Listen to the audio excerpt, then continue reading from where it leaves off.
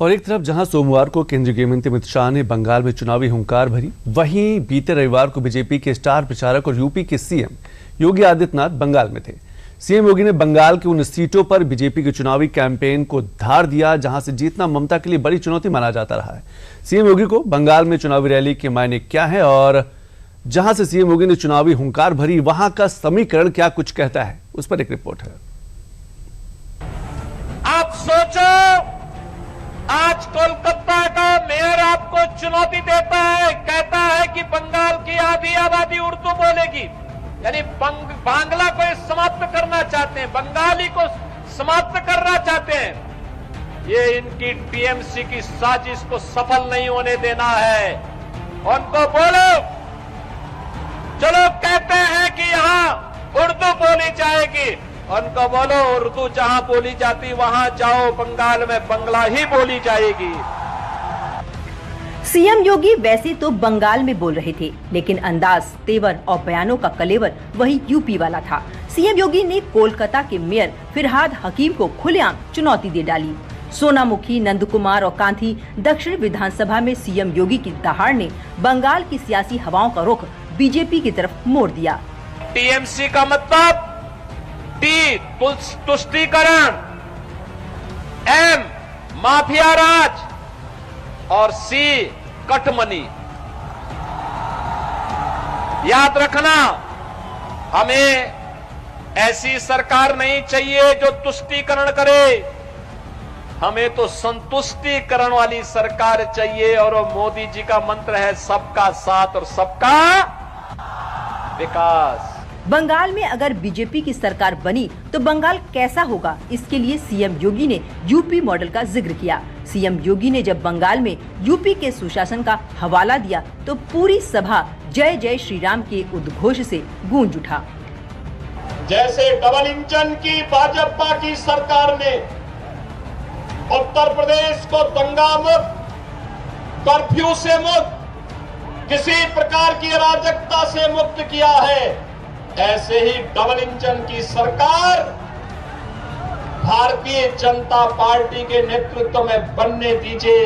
फिर सस्य श्यामला मातरम, वंदे मातरम की धरती हमारा बंगाल फिर से बनेगा। भारत के अंदर मां गंगा की पूजा होगी, भगवान राम हम सबके अंदर बसे हुए हैं। हर बंगाल का व्यक्ति जय श्री राम का घोष भी करेगा, वंदे मातरम का घोष भी करेगा। बीजेपी के चुनावी कैंपेन की रणनीतियां ही उसकी सफलता की गाथा लिखती हैं। सीएम योगी बंगाल में करीब 20 रैलियां करेंगे और उनकी हर एक रैली का गुणागणित ऐसा है जो कई सीटों पर समीकरण बदल सकता है। सीएम योगी ने रविवार को जिस सोनामुखी विधानसभा में रैली की, वो पश्चिम बंगाल के बांकुड़ा जिले में आता है और बांकुड़ा जिले में कुल 12 विधानसभा सीटें हैं, यानी सीएम योगी की रैली का असर इन सभी सीटों पर हो सकता है। बांकुड़ा जिला पश्चिम बंगाल के जंगल महल का हिस्सा है। आदिवासी और कुर्मी समाज के लोग जीत तय करते हैं। 12 विधानसभा सीटों में 6 सीटें आरक्षित और 6 सामान्य वर्ग के लिए हैं। बांकुड़ा की 12 विधानसभा सीटों में 7 पर बीजेपी का कब्जा है। टीएमसी के खाते में 5 सीट हैं, जबकि लेफ्ट और कांग्रेस का खाता नहीं खुला है। सीएम योगी की ये रैली बीजेपी के दबदबे को बरकरार रखेगी।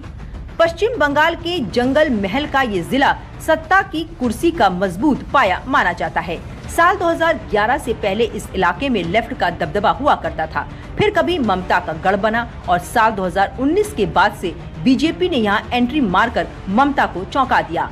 बांकुड़ा के बाद सीएम योगी बंगाल के पूर्व मुदनीपुर के उस विधानसभा सीट पर पहुंचे जिसे बंगाल बीजेपी के सबसे मजबूत स्तंभ शुभेंदु अधिकारी का गढ़ माना जाता है। ये वही जिला है जिसके नंदीग्राम सीट से शुभेंदु अधिकारी ने ममता बनर्जी को मात दी थी।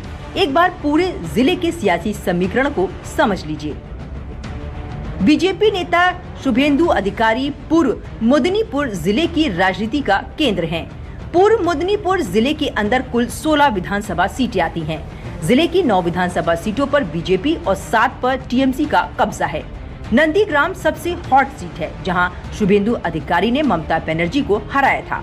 सीएम योगी ने नंदकुमार और कांधी दक्षिण विधानसभा की सीट पर रैली की। शुभेंदु अधिकारी के गढ़ में जब सीएम योगी पहुंचे तो सियासत के मंच से सम्मान का ऐसा नजारा देखने को मिला जो सीएम योगी के कद, पद और हद का गवाह बन गया। सीएम योगी जैसे ही मंच पर पहुंचे, सांसद शुभेंदु अधिकारी उनके पास आए। उन्होंने सीएम योगी को भगवा रंग का पटका पहनाया और इसके बाद उनके सामने दंडवत हो गए। ये दृश्य देखकर रैली में मौजूद लोग जोर जोर से तालियां बजाने लगे। चुनावी रैली से आया ये दृश्य थोड़ी देर में सोशल मीडिया पर वायरल हो गया। बंगाल में जैसे जैसे दिन वोटिंग के लिए नजदीक आ रहे हैं, बीजेपी अपने चुनावी कैंपेन से सियासी माहौल बनाने की कोशिशें तेज कर रही है। पश्चिम बंगाल में होने वाले चुनावों में 23 और 29 अप्रैल को वोटिंग होनी है। वहीं 4 मई को बंगाल चुनाव के नतीजे आने हैं।